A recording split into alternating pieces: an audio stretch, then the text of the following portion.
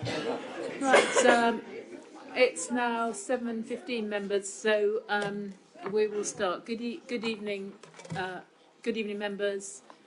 Good evening, officers, and good evening to members of the public and to those who are joining us on our council's YouTube channel. Welcome to our planning committee meeting this evening on the 28th of November. My name is Councillor Ina Park, and I'm the chairman of the planning committee. We will now turn to the agenda. The first item on the agenda is apologies for absence. We have apologies this evening from Councillor Spray.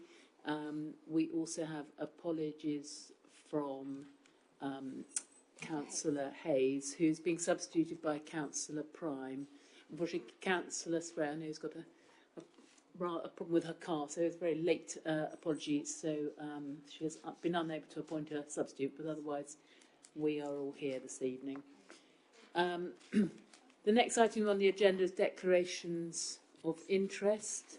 I will make a joint declaration on behalf of us all in respect of George Courtauld, who is related to a member of this council.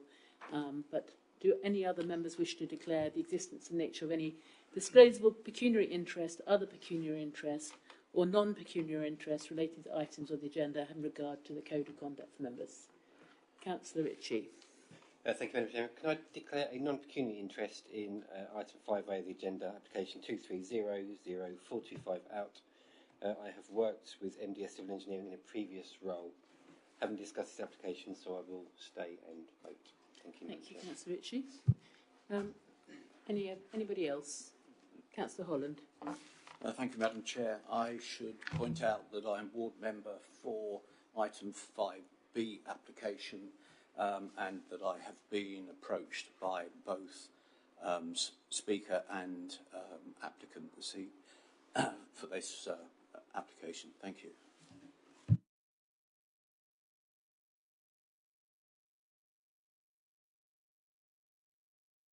Sorry, it's a non-pecuniary interest. And you haven't expressed any views? And I haven't expressed any views. Thank you. Thank you, Councillor Holland.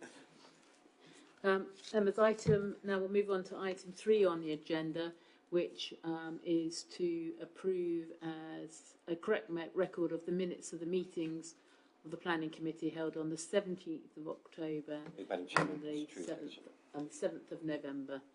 So, Councillor Ritchie, you're going to move that as a correct record, seconded by Councillor Monday. All those in favour of approving those minutes? That is unanimous. Thank you. Thank you, members. Item 4 on the agenda is public question time. This relates to general matters, planning matters. We don't have any registered speakers on this item, so we will now move on to item 5 on the agenda, which are the planning applications. The first application to be considered this evening is item 5A on the agenda. This is application number 23/00425 out. This is MDS Civil Engineering, 19 4th Avenue, Bluebridge Industrial Estate in Halstead. We don't have any speakers on this item. Sorry, I think Alison. No, sorry. I need to just. Sorry, I'll sign the minutes in a moment. But I will move on to the presentation, which will be given by Carol.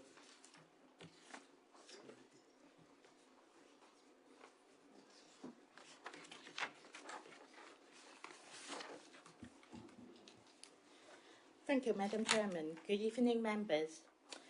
This application is an outline application with all matters reserved except for access and scale. The proposal is for erection of 3 new industrial and commercial mixed-use buildings within on 19 4th Avenue within Bluebridge Industrial Estate. This slide shows you the location plan. The red line shows the site application boundaries, and the applicant also owns the land within the blue boundaries. Currently, number 19 is called MDS Civil Engineering Company. and this one shows you the existing plan. Currently, the site is being used as a storage yard and service yard, and is also for parking of vehicles for the host company. The applicant has submitted parameters plans for the proposal. As you can see here, the applicant is proposing to erect 3 new buildings for mixed commercial and industrial use. There's also a small substation being proposed here. The applicant proposed scale of the development to also be determined under this outline application. As you can see here, the parameters plan shows the maximum scale of the 3 buildings. In total, 1,625 square meters gross internal floor space will be provided. In terms of the maximum height of these 3 buildings, it will be about 9.6 meters high. The detailed dimensions proposed by the applicant could be referred to paragraph 6.4 of the agenda of the committee report. To the rest of the site, there's also a new building being approved under another outline approval for similar use, which is for use class EG, B2 and B8 type of use, which is also a mix of commercial and industrial use.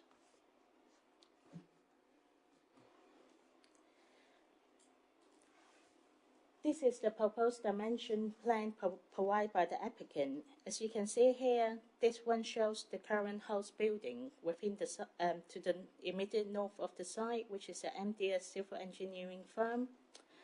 The building itself is about 9.4 meters high, and the proposed building will be of relevance, of comparable height to the house building.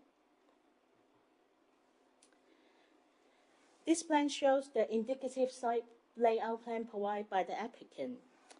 During the course of application, the applicant has liaised with officer and have slightly amend the site layout to demonstrate that the proposed scale could be accommodated within the site at a later stage.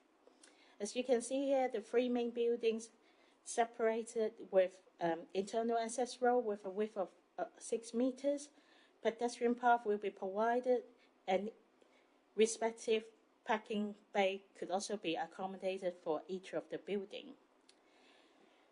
For Block A and Block B in the Southern Park, there will be a joint, a shared vehicular entrance to serve as a communal surface yard for both buildings. None of the trees will be removed, and there will be sufficient space retained at a later stage to protect the existing trees. This one shows the relevant site sections as compared to the existing building. So this one on the top right hand corner is the one to the immediate west of the site, which has the outline approval. This is proposed Block A, and this is proposed Block B. In the middle, this one is the house building, the MDS Civil Engineering firm, and this building will be Block C. And in between of the two, there will be parking bay and internal access road to separate the 2 buildings. This one shows the indicative unit type. Each of the units proposed will have their own pedestrian entrance with their windows, and there will be a shutter doors provided for loading and unloading. The next few slides shows you the existing site photos. This photo shows the view if you look along 4th Avenue towards the east. So here is the existing house building, and the site is actually within here, and you can see the mature trees wrapping the site along the eastern and southern boundaries. A closer view to the proposed entrance point, it will be sharing with the existing entrance points with the house building.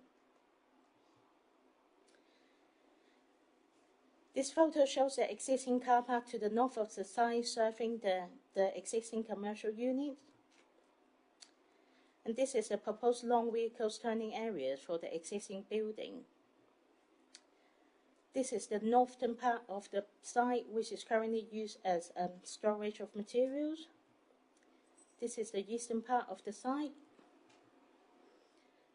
And to the southern part of the site has been, western and southern part of the site has been used for storage of materials, parking areas for construction vehicles, as well as for some containers.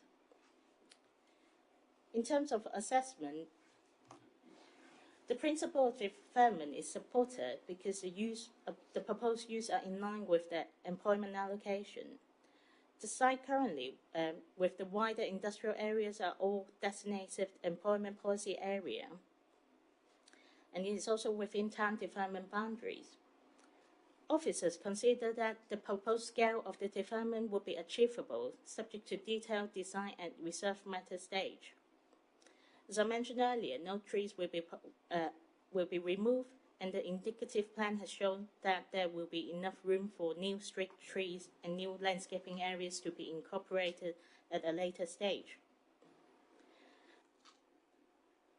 Overall, in terms of planning balance, officers consider that the proposal would deliver both economic and social benefit, and there's no objection from technical and statutory consultee. It's considered that the proposal will constitute a sustainable development, and therefore is recommended for approval subject to Section 106 agreement and the condition proposed within the committee report. Thank you. Thank you, Carol. Councillor Munday. Thank you, Carol, for the presentation. I have to say that I will be supporting this application this evening, and I'd be happy to move officers' recommendations to grant this application. Obviously, other members need to comment first. It's good for the house environment, local businesses. The site is in a designated employment policy area, and the change of use will be supporting this, or supportive of this. It's also reading the notes beforehand. It's good that the officers have been consulted and plans slightly altered for heights of the buildings and stuff. So that is a positive for this. Very good for the employment of the area, and the uses of the usage is within the allocation of that site. Fourth Avenue is being built out with other businesses, so it's all good for our economy. So very happy to move this when required, but happy to support it anyway. Thank you, Councillor. Councillor Finken. Yeah, yes, I will be happy to second it when the time comes.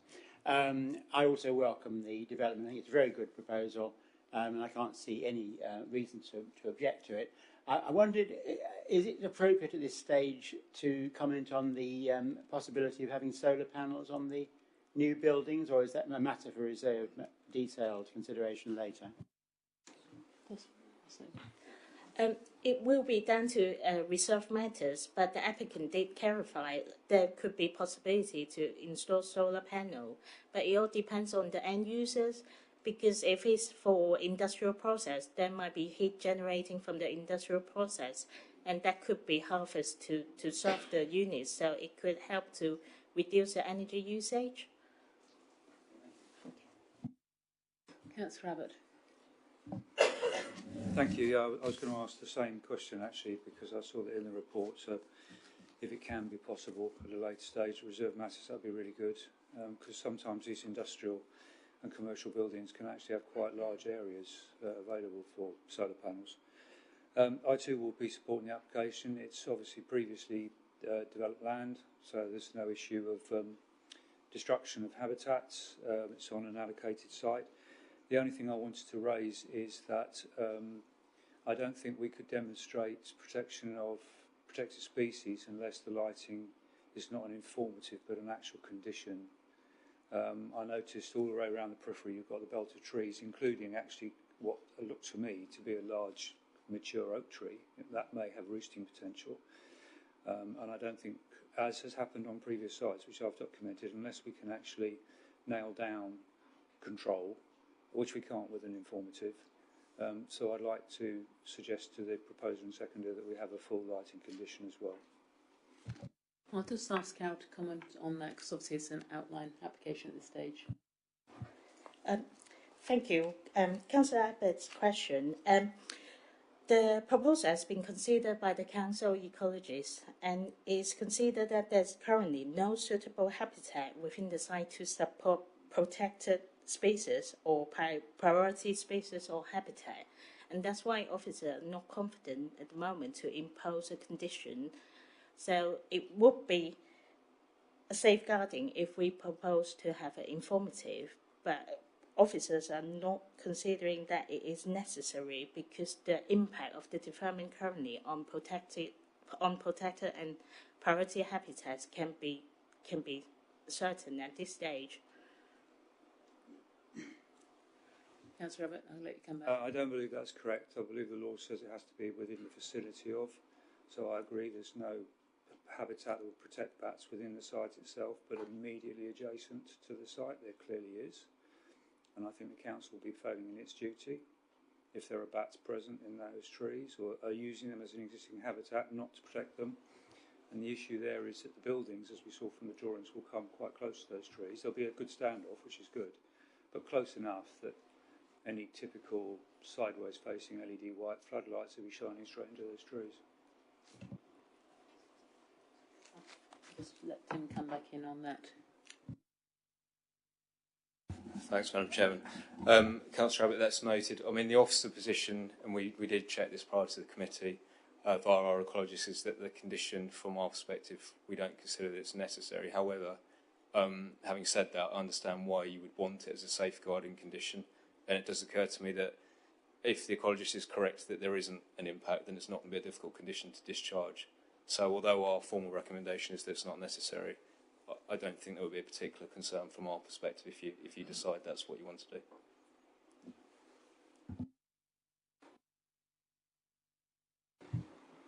I'll maybe when we come back to formally moving a second, we could just discuss the position of that, because I think I assume that you would like that condition to be imposed at this stage. Okay, I'll now pass over to Councillor Bevis. I think you wanted to speak.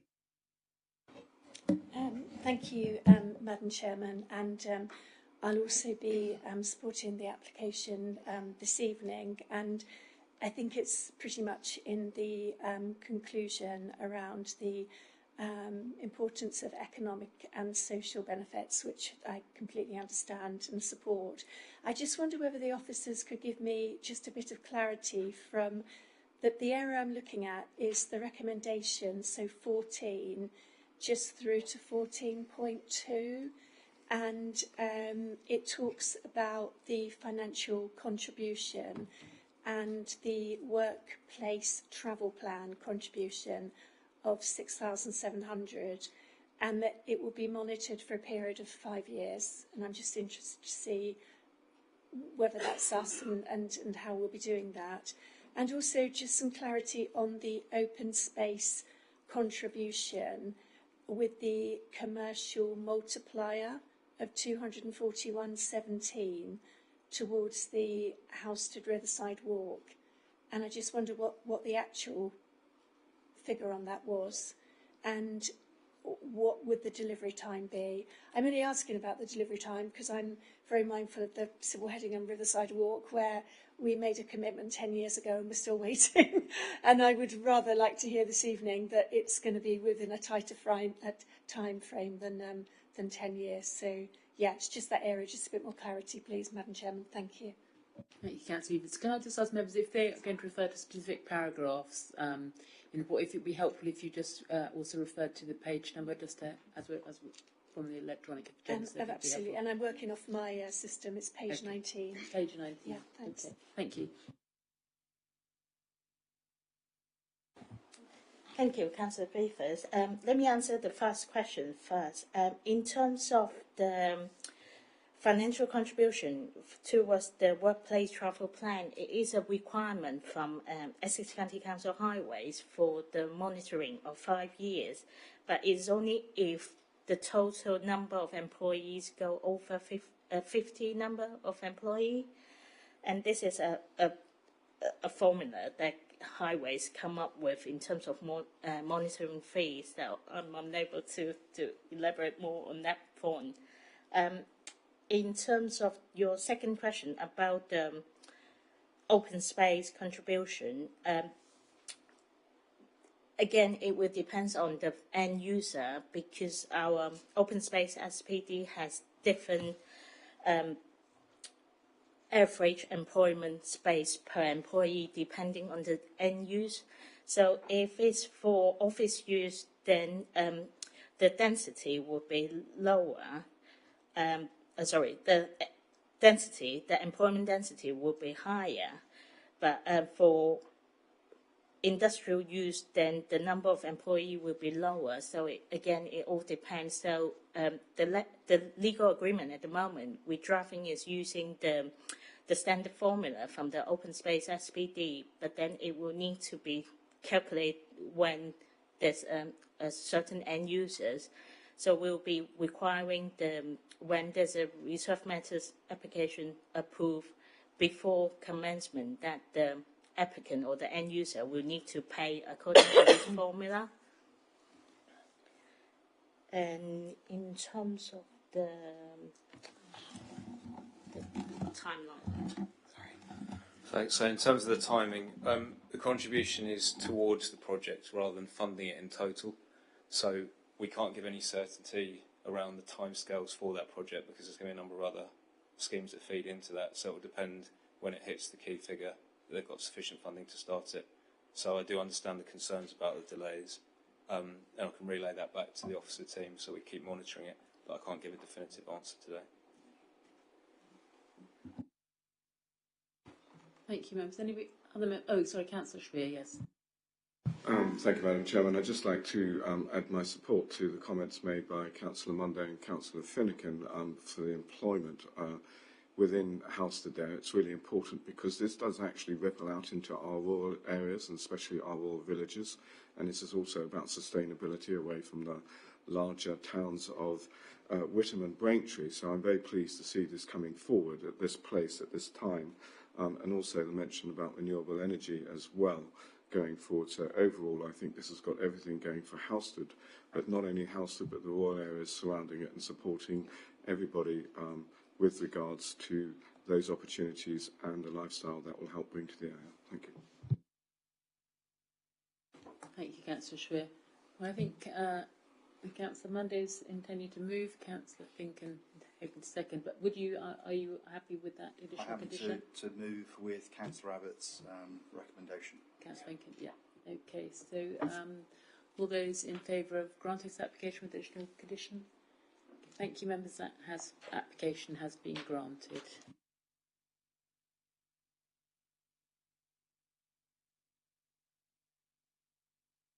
So we'll now move on to the next item this evening. This is item 5B on your agenda. The application number is 23/00455 out, which is land adjacent to Kitchen Hill in Bulmer. We do have 3 speakers on this item, and members, for you, this item is starts on page 27 of your agenda. In addition, yes, thank you, Councillor Holland. There's an updated report which was circulated quite late this evening, but I'm sure the officer will refer to that. Hopefully, everybody will have seen that. So I'd like to call now the first speaker, who is Mr. Theo Bird. If you'd like to come to the table, Mr. Bird. If you'd like to press the button on the microphone, and you have 3 minutes to make your statement. Thank you. Thank you very much. Good evening, Chair and members. My name is Theo Bird, and my family owns Mill House, which neighbours the proposed site. I would like to suggest respectfully that refusing this scheme is a no-brainer. One, this scheme is ribbon development outside the development boundaries of Sudbury, Bathall and Bulmer. Agreeing to it would set a precedent for sporadic ad hoc roadside development throughout designated countryside on farmland. Two, this scheme is poorly designed with fundamental issues of topography and environmental impact glossed over in thin, desk-based studies. Our windmill sits 9 metres above the adjacent road level. The proposed site is at least 2 metres higher than us. So if realised, the hill behind us would need to be levelled and massive concrete retaining walls built, environmentally unfriendly, uneconomic and ugly. 3, the road and pavement access is very poor. Navigating Bathall is difficult enough, and this scheme amplifies the problem. Pedestrians crossing the road to access the site beneath a blind summit is a reckless design choice, especially for family houses. There has been a fatality on that section of highway. 4, Kiln Field has been successfully tenanted for decades. This scheme builds over existing sheds, water supply and access, and new residents won't want the nuisance of stables near them. 5, no locals were consulted prior to the application. Indeed, when I called the agent to complain about the initial, now withdrawn, but same scheme of 9 properties, which had included a building plot on our land, he was quite abrupt. And we've got to ask ourselves, is this the kind of creative thinking that we want in our district? So I'm passionate about our little corner of Essex. Our mill has hosted hundreds of happy holiday guests over the years who, like us, love the setting. While the proposed scheme cynically hinges its case on a single policy of housing targets to unlock the site, initially on other people's land, our land, it is in conflict with 10 other planning policies outlined in our formal objection. The applicant's other historic projects, such as Kitchen Hill Farm, are a great success, well thought out and constructed. However, on this occasion, I'm appealing to the District Council to use this opportunity to raise the bar for this beautiful corner of Essex. I therefore respectfully request Braintree District Council refuses this application. Thank you. Thank you, Mr. Bird. The next speaker, if I can call you to the table, is Mr. George Goodhold. Again, 3 minutes. Thank you. Good evening, everyone. Thank you for having us. I have prepared the indicative plans that hopefully you've all seen, and I want to highlight after the last speaker that the design is purely indicative at this stage, and we're looking at the principle of the development in between the Kitchen Hill houses and Sudbury itself. I hope you've had a chance to review the design information I've prepared, which gives a real sense of what could be achieved on the site. The proposal is for 8 two-storey houses, clad in local brick or render in reference to the context, and of medium to small size houses that are common in the local area. The layout of the development responds to the existing settlement pattern, which, if you've seen from the site layout, there's developments on either side. There's remarkably little overlooking due to the change in topography, as previously discussed. The existing trees and rising ground to the eastern side of the site. However, to minimise the visual impact on neighbouring dwellings, most notably Mill House and number 34, Bulmer Road, the existing hedgerow on the east and west boundaries will be fully maintained and improved to screen the new development as much as possible. As I mentioned earlier, the application is in outline with all matters reserved. As you will appreciate, this means that all aspects of design are yet to be determined and would be the subject of further reserved matters application. Therefore, we welcome any feedback at this stage whilst the principle of development is being considered. I entirely appreciate the semi-rural nature of the site, which is why we propose a development that is distinct from the dense settlement pattern that you find directly to the east of the site in Sudbury.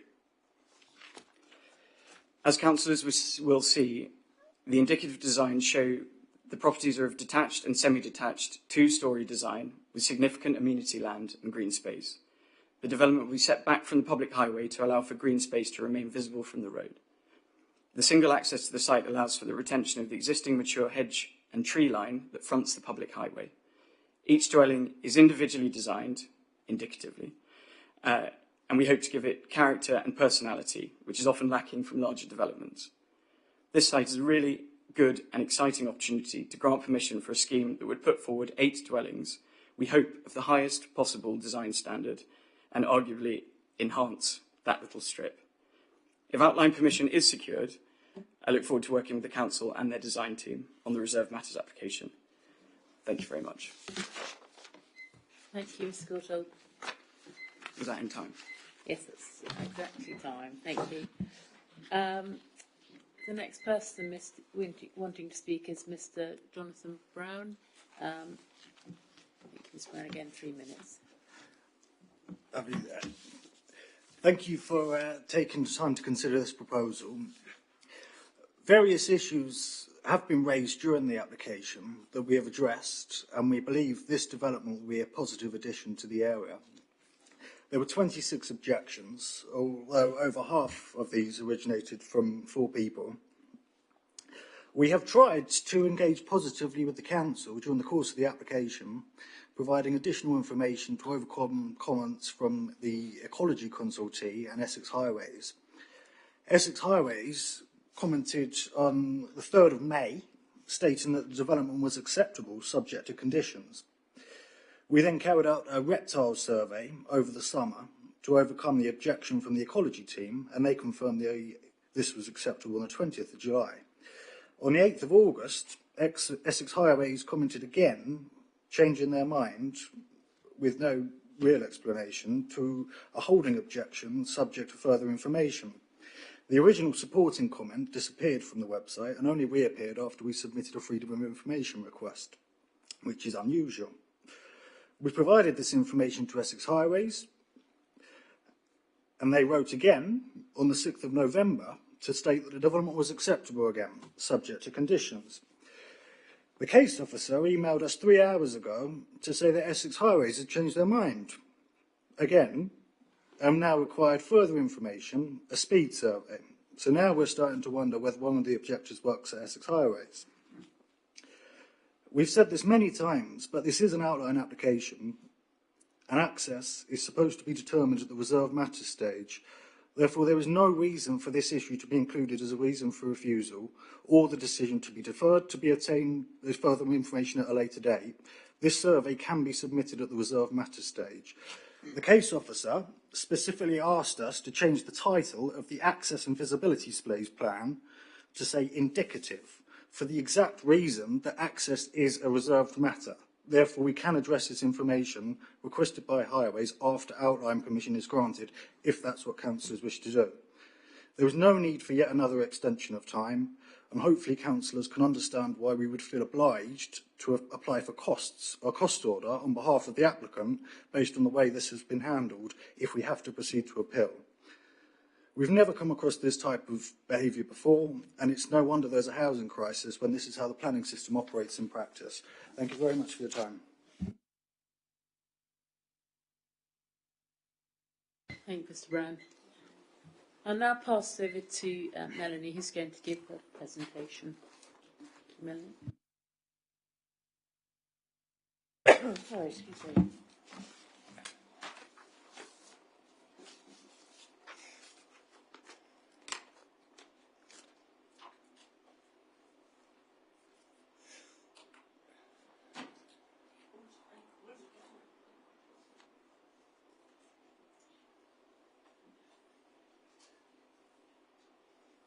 How do I get it to go?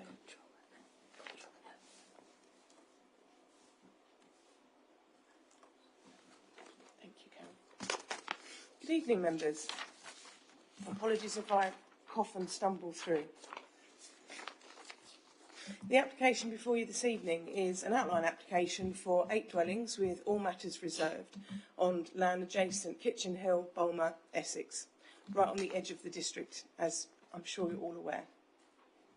This first slide here shows you the site location plan. I'll point out a few features. So this built form here lies within Suffolk County Council, within the town of Sudbury.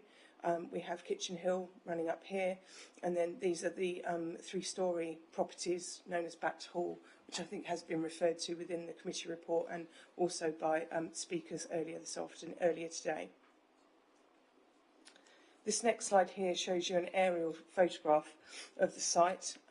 So you can see the built form of Ballingdon Industrial Estate, residential properties within Sudbury, and then you've then got the open countryside within the Braintree district area, and then the properties on Batt Hill here, the 3-storey properties that run up the hill.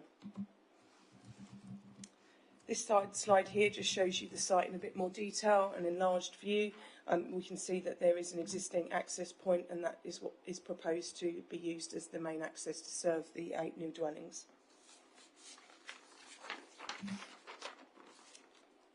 The next slide is an indicative plan to show the 8 dwellings that are proposed, again served by a shared surface driveway that would run along the top portion of the site, with the dwellings running centrally, and then the rear gardens at the bottom, along the bottom of the site. But as has been mentioned, that this is an indicative layout to demonstrate capacity only, and any fixed details, should members, decide to overturn the recommendation, any of those details would be fixed and determined at a later date at reserved matters stage. The next 2 slides show you some photographs of the site. So this photograph here shows you looking west, up Kitchen Hill. You can just make out the 3-storey properties of Batt Hall. This is the application site here and the existing access. Then this is looking east along Bulmer Road down towards Ballingdon, which is just through here. You can just make out the gap here. And again, this is another view of the access looking east, and then the remainder of the application site. As referred to by our chairman, there was a rather late update report that was circulated this afternoon. I do apologise for that. And that update report does relate to the Highways recommendation and has been set out by Mr Brown. There was a revised recommendation that came through this afternoon. The Highways response is set out at 2.2 of your update report. I won't repeat it now, but it basically has to do with visibility displays and whether suitable information has been provided. Officers are then are recommending that there will be a second reason for refusal, and I will refer to that on my last slide in terms of the wording. But on paragraph 4.1, both reasons for refusal have been repeated in the update report. So we have the first reason for refusal, which remains unchanged from the original appendix, which relates to principle and character, and then the second reason for refusal relates to the highway matters. So in terms of a summary, this is an outline application with all matters reserved for 8 homes. The planning officers are required to do a planning balance and assess the benefits and adverse impacts of any proposal. In this case, the benefits would be 8 new homes, and then the associated economic and social benefits which would flow from those 8 new properties. However, there are a number of adverse impacts, specifically conflict with the development plan and specifically policy LPP1, because the development lies outside the development boundary. There's unacceptable encroachment into the countryside, eroding the gap between Ballingdon and Batt Hall, unsustainable location and reliance on private vehicles to access services and facilities. Facing back of the hedgerow for the required visibility displays would dilute the site's green character. Insufficient information with regards to highways visibility, and an intrusion into the landscape and harm to the character and appearance of the area. Therefore, the recommendation is to refuse the planning application for the reasons outlined within the update report.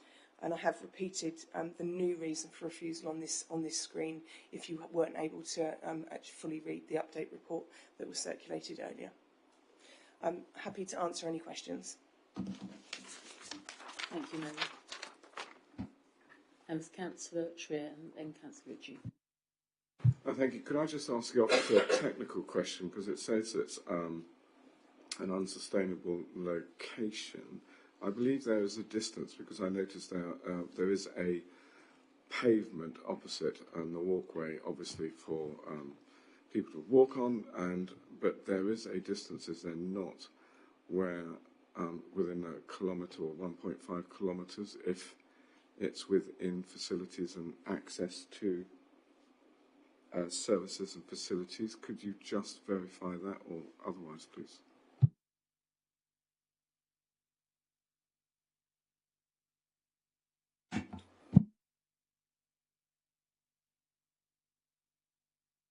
So there are dimensions set out within various policy documents in terms of whether a site is sustainable and distances. I think in this case we need to recognise the nature of the path and the pavement that is on the opposite side of the road, and the fact that there isn't any lighting along there. And so officers do consider that walking from the site would not be particularly encouraged on a daily basis by new residents, particularly people with young children and families wishing to walk down that road. Chair, if I may just come back, thank you for the explanation, but I can't quite understand why you need to have lighting, particularly on footpaths, that are pavement that already exists and is no doubt used. So are you saying that there are certain distances in our policies, but actually you're not applying this to this outline application because, in your opinion, it falls into the countryside? That's what I'm trying to get at. Thank you. Thank you, Madam Chairman. In terms of distances, it's always a judgment call, so we don't have black and white distances outside of which it's completely unsustainable and inside of which it's sustainable. So it's a judgment call. Our judgment on this site is that it is not a sustainable location in our opinion, and that path would not be a path that we consider residents would be likely to use, particularly in the winter this time of year. So when we're talking about easy access to services and facilities and a site that we would professionally consider is sustainable, this isn't a site that we think ticks that box. So it's a judgment call, as it is with all sites, particularly in the more rural areas. Councillor Ritchie. Thank you, Madam Chairman. I think with the additional late report with regards to the additional reason for refusal from County Highways has to be welcomed in this instance. As a statutory consultee, we don't often get a highways objection, and I think we're fortunate enough that they've seen some of the issues with this proposal and sided with the fact that it would contravene a number of items. One of those being that the development be in a de-restricted area, so you're looking at vehicles travelling at 60 miles an hour and trying to turn in or off of an estate, and no matter how small it is, would pose some significant danger to road users and pedestrians. I am slightly concerned that the last speaker, Mr. Brown, seemed to think that there was some issues going on within the planning framework, somewhat insinuating that there was an objector who might be working for Essex County Council who might have swayed things. I can assure the speaker that this planning authority and any statutory consultee acts with the utmost probity when dealing with planning issues, and we stick to the NPPF at all times. I can see how maybe throughout the planning application process, the different departments within the local planning authority make their contributions towards a report. It can seem somewhat favourable, as you might get piecemeal non-objections or no comments to an application, only for it to be refused maybe on the last hurdle. But I can absolutely assure him any speaker here in the audience tonight and anyone watching on the webcast that we act with the utmost probity when dealing with items like this. Back to the topic in hand, I would be happy to move officers' recommendations for the refusal, having due regard to anyone else making any comments. Thank you, Madam Chairman. Thank you, Councillor Ritchie. Yes, and thank you for pointing that out. I completely concur with those comments. I think Councillor Holland I'm now going to pass to is actually in your ward. Thank you, Madam Chair. I find sometimes that listening to speakers, one realises that this is a complex system and people don't necessarily understand it fully. What we're deciding here is, as has been pointed out, is the principle of development on a site.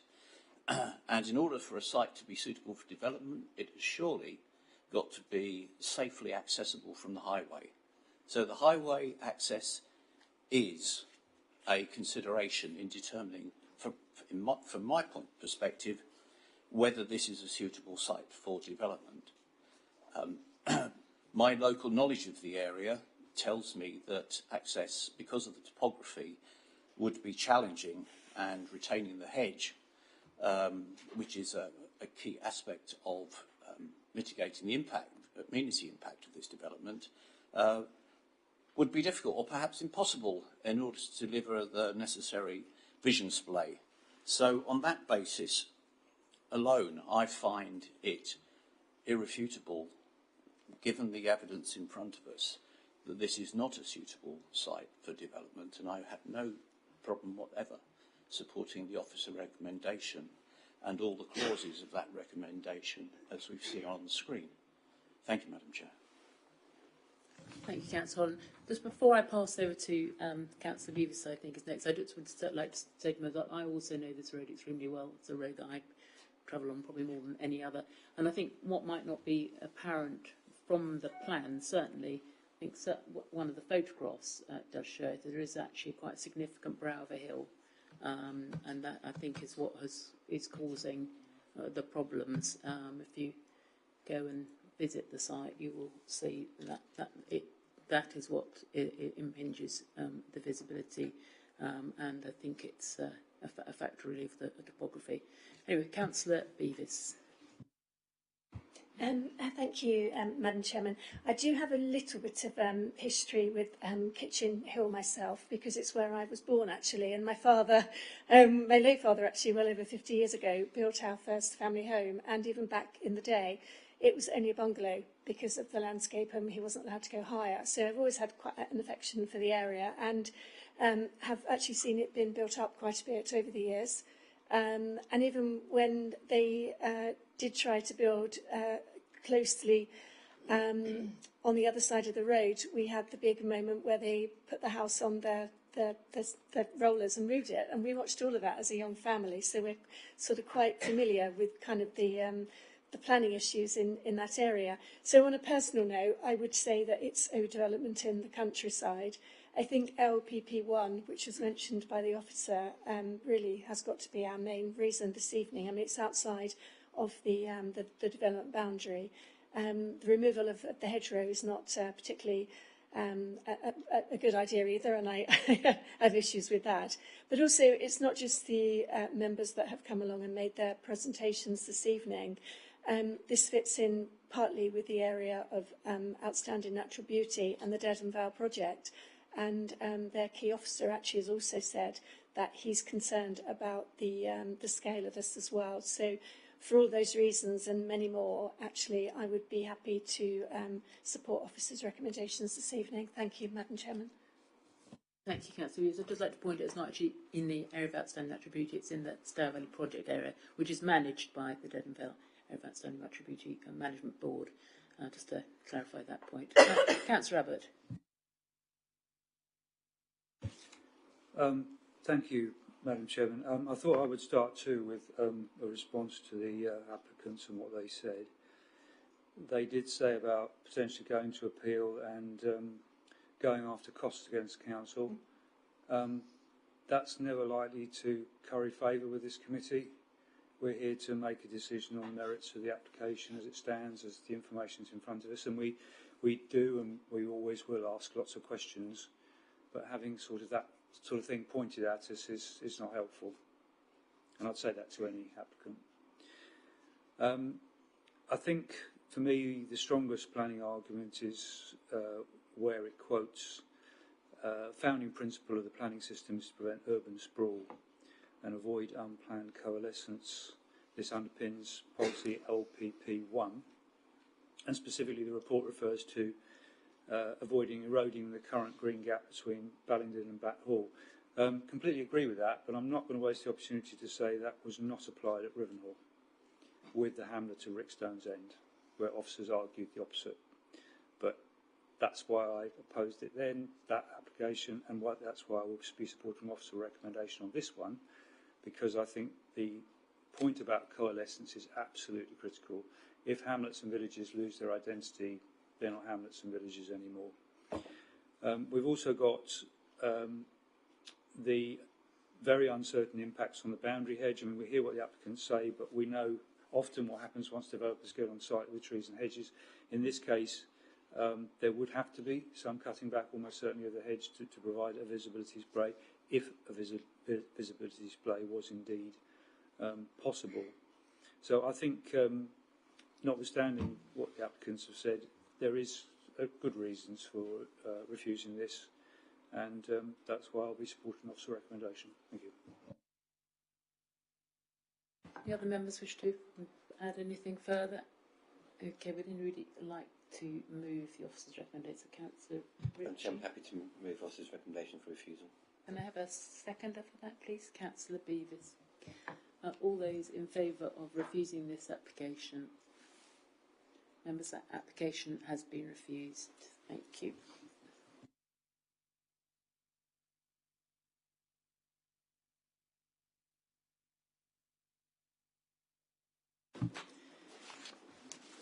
We'll now move on to our last application this evening.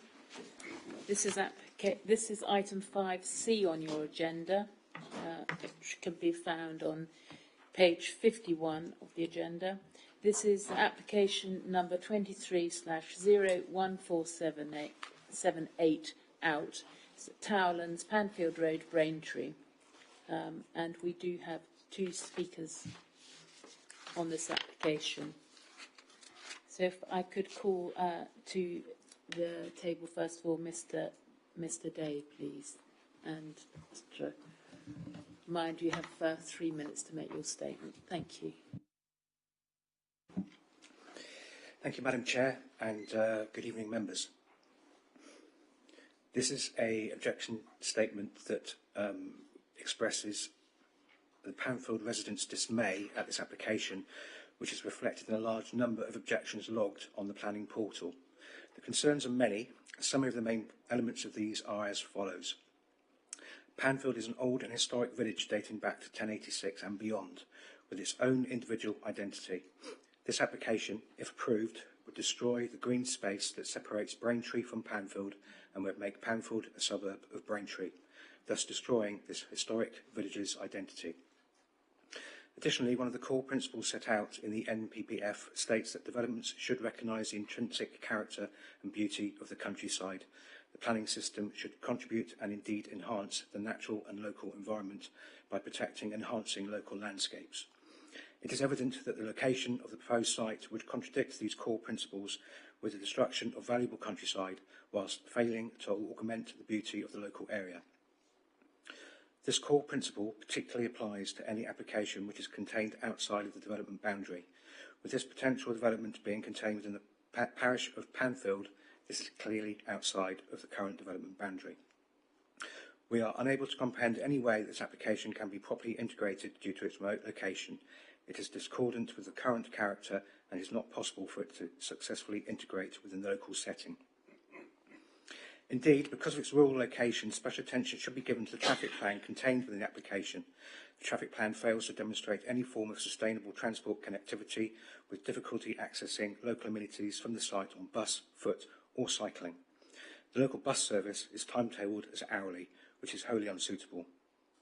The only viable option left would be for potential residents of the site to utilise vehicles, which will increase the traffic flow by hundreds, if not thousands, of car journeys a day in the vicinity. The local road network is already under strain, and with the imminent construction of a large number of already approved housing, congestion in the area will only deteriorate further. The opening up of the road north of Springwood Industrial Estate will only encourage increased traffic west and north of Braintree, seeking to avoid the bottlenecks in the centre of town. Additionally, residents are concerned that other services that are already under-resourced, such as schools and NHS, which are at capacity, cannot cope with yet more development.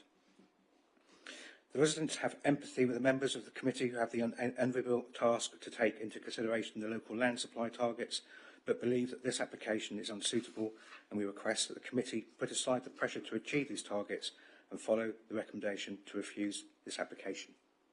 Thank you. Thank you very much, Mr. Day. And finally, we have Councillor Sean Vickers on behalf of Panfield Parish Council.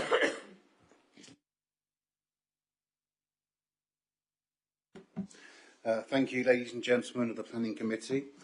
I'm here before you today as the Chairman of Panfield Parish Council to express our profound disappointment in the submission of planning application 23/01478 out. It is disheartening to note that there has been poor engagement from the developer, with no direct correspondence initiated by them. Even when they attended our meeting, they failed to address our concerns, leaving us dismayed to find the application resubmitted without any attempt to rectify the issues we raised. Our paramount objection resolves around the proposed development's flagrant disregard for the Panfield Village design statement. In direct contradiction to the established village setting, the development not only fails to conform, but actively contradicts it by encroaching upon the undeveloped agricultural area between the village envelope and Panfield Road. This encroachment directly jeopardises the preservation of the village's open aspect, a key feature highlighted in the design statement that contributes to the unique character of Panfield. Furthermore, the proposed link between Braintree and Panfield contradicts the objectives and values outlined in the design statement, posing a direct threat to our village's independent status. We vehemently reject any compromise on our community's distinct identity. The potential strain on the parish council and services due to the scale of the proposed development is a significant concern. The non-connected community resulting from this development would place overwhelming pressure on our resources and ability to provide essential services to both existing and new residents. It is imperative that any development considers the capacity of local services and infrastructure. It is clear from the engagement of the community on this application that proposed development is something they feel very strongly about. Panfield Parish Council wants to emphasise that we support development in a sustainable way, in keeping with the character of Panfield. We believe in responsible growth that preserves our community's unique identity, ensures the well-being of our residents. The proposed development must align with these principles and provide a comprehensive plan for essential aspects of community life. Importantly, the proposed development unequivocally contradicts the Braintree local plan, designating the expansion area as a green buffer zone. This audacious deviation from the established local plan raises severe concerns and undermines the very foundation of the planning framework. In summary, Panfield Parish Council strongly objects to this planning application. We insist that the Planning Authority thoroughly consider the outlined concerns, emphasising the utmost importance of respecting our local character, relieving pressure on the Parish Council and aligning the national planning policies regarding infrastructure and services. I thank you for your attention to this matter. Thank you. Thank you. So I'll now pass over to Tim, who's going to do the presentation on this item. Thank you, Madam Chairman. Okay, so this is an outline planning application with all matters reserved except access. It's for the erection of up to 150 dwellings, and it's at Towlands Park Phase 2, as the applicants have named it. Okay, so site location plan. Site's outlined in red, as we'd normally expect. There's a few points to note. To the east, the blue land here actually forms part of the Towlands Park site. So you can see the consented site access comes in here, and these are the main spine roads through the consented site. And this blue area here is where a gas pipeline a major pipeline runs through the consented site, and it is essentially it's referred to as a meadow area for the consented site. And then this blue area here is an ecology habitat area that again is an offset for the consented site. So then we have today's site, which is linking in here, and they propose to use the established access from the main Towland site, and then they would take a spur off that through a section of tree belt, which we'll see in a moment, and then onto their site here. In terms of the wider context, we have Panfield Road running up here, it then becomes Church Road. We have a series of cottages, I think are referred to as, I think they're called Ashton's cottages here, and then we have open countryside on this side, and then obviously the village of Panfields to the west, and Braintree to the east, and then Bocking to the northeast. So a few photographs then, site access. This is that established site access that I was just talking about that's been partially implemented now. So you're looking there into the consented Towland site. And now moving into today's application site. So it's primarily a large flat agricultural field. We're looking here to the northeast, so on the right-hand side of the photo, those trees, that's the dividing line between the existing Towland's residential development and this proposed development. And then looking out here across Panfield Road into the open countryside beyond, and then Bocking, obviously out of shot, but will be over in this direction. So a few more photos. That's just a similar one. I took recently to show at different times of year. That was the same view. Now looking towards Church End Road. So we're up in the top corner of the application site, and on the left of the photo is the edge of the site, beyond which there are then some fields, and then there's Panfield Village. Turning round, looking back to the southeast. So again, the right-hand side is the edge of the site, and then the left-hand side is where it abuts the consented Towland's development. Now looking to the northwest, so these are those cottages, Ashton's cottages, which are at the junction between Church Road or Church End and Panfield Road. And then this is actually the ecology habitat area here, which you can see is marked by these posts.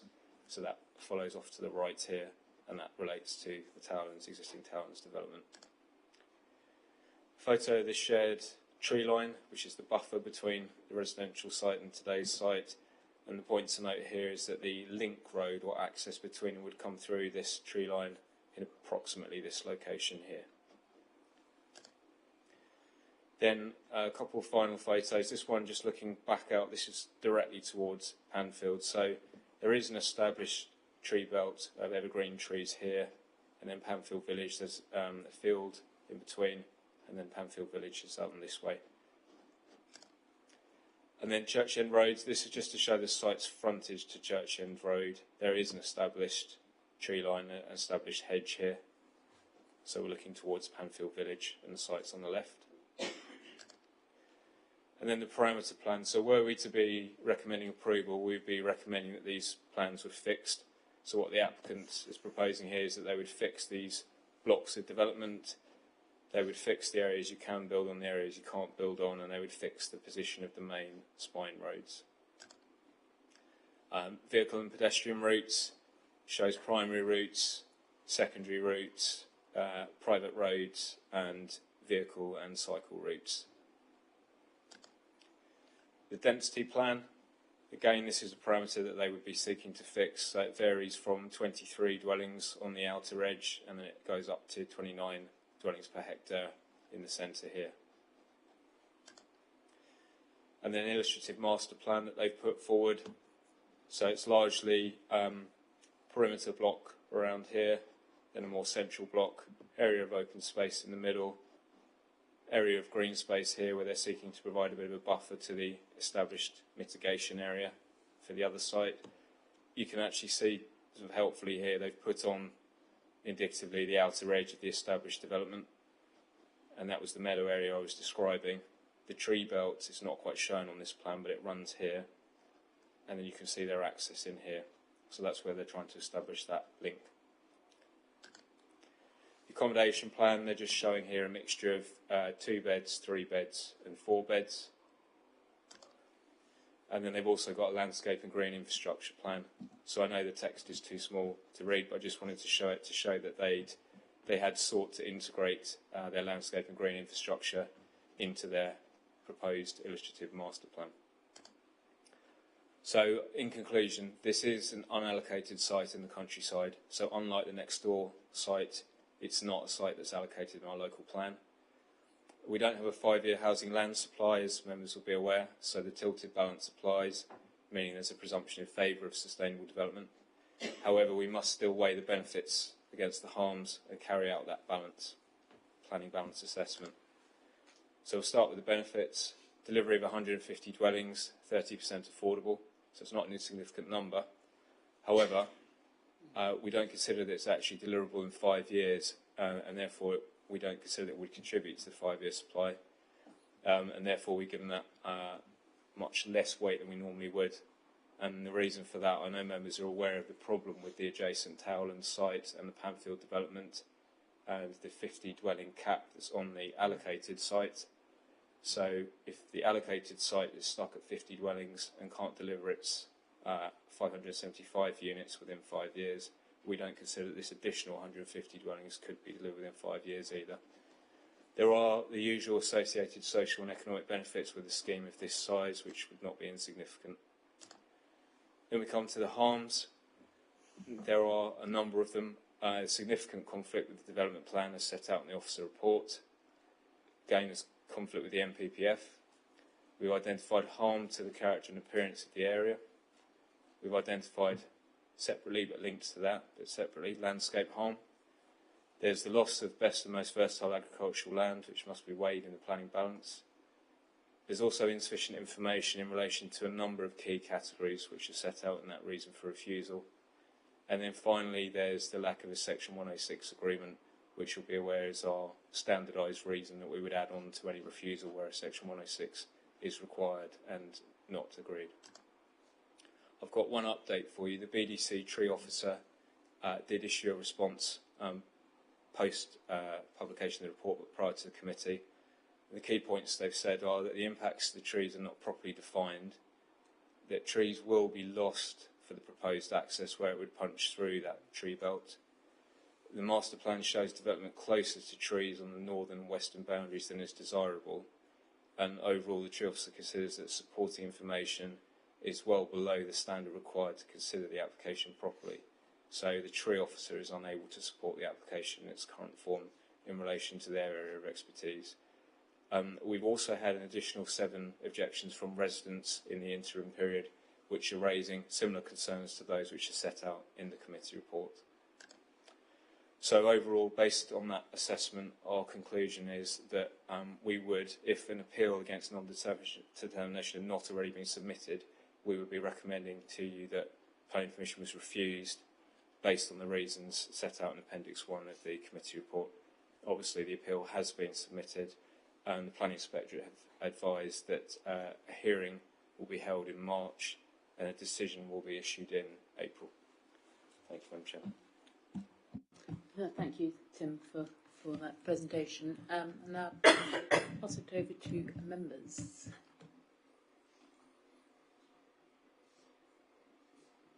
Councillor Abbott. Thank you, Madam Chairman.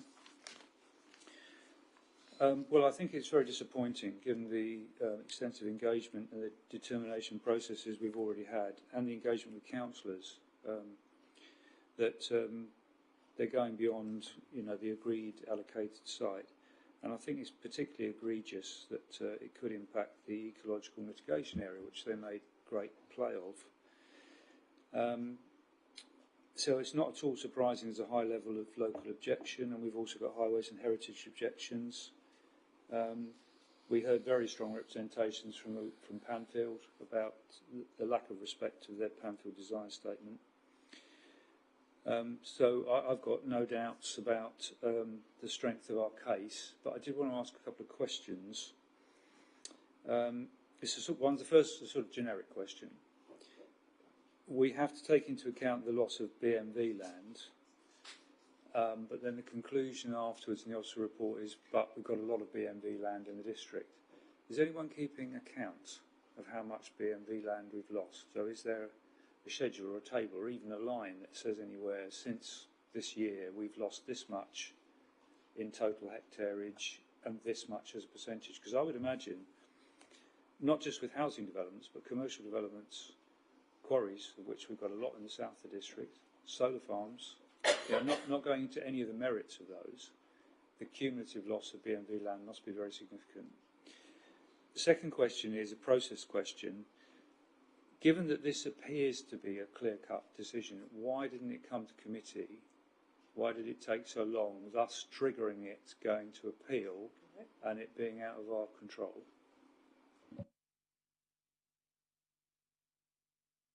Thank you. So in relation to the first question, no, there isn't a record that's kept, and interestingly, there's no requirement on the LPA to keep a record. But I think it's something that is worthy of discussion, particularly given, I mean, you mentioned solar farms. I'm thinking, for example, of Longfield Solar Farm, nationally significant project with a big land take. I think it's something that, as a council at officer level, we need to start focusing on. And although we don't have a requirement or a mechanism for doing it, I think it's something that needs to go onto our general radar. So I think perhaps if I could take that offline and come back to you with some thoughts on that. The length of time is an interesting one. I think the simple answer is I wasn't the case officer by being involved, so I know the kind of detail behind it. You'll have seen the number of reasons that are there and the lack of information, and normally we wouldn't have those many issues with an application. The case officer was working essentially to look at all of those in turn and ran out of time, and it came in and it was quite unexpected when the appeal was submitted. So I think it's simply a case that it was a complex application and it wasn't really ready to come to committee, and then our hand was forced by the submission of non-determination. Can you just remind us, Tim, what is the amount of time you've got to determine an application like this? Yeah, it's 13 weeks for a major and 16 if it's got an ES. In truth, both of those timescales, in my experience, are way too short. Where something is a scheme where we're working on a plain performance agreement, we can agree timescales, and regardless of the recommendation, we can usually avoid a non-determination appeal. Where an application comes in cold, essentially, then we're in the hands of the appellant, and if they decide to put in a non-determination appeal, then we can't stop them, unfortunately.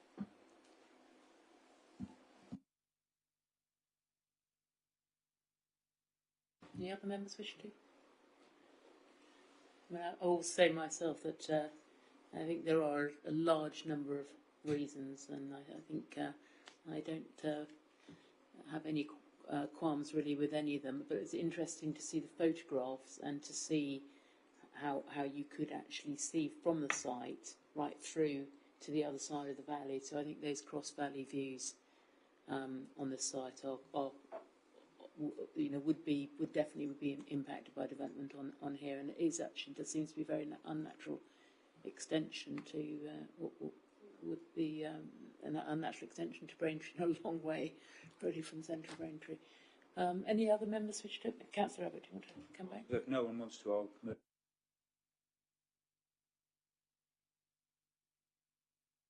So, Councillor Holland, have to second. Any other member wish to make any comment on this? So members, Madam Chairman, could I just, yes? in moving it, could I just make an additional comment to pick up on what the officer usefully said?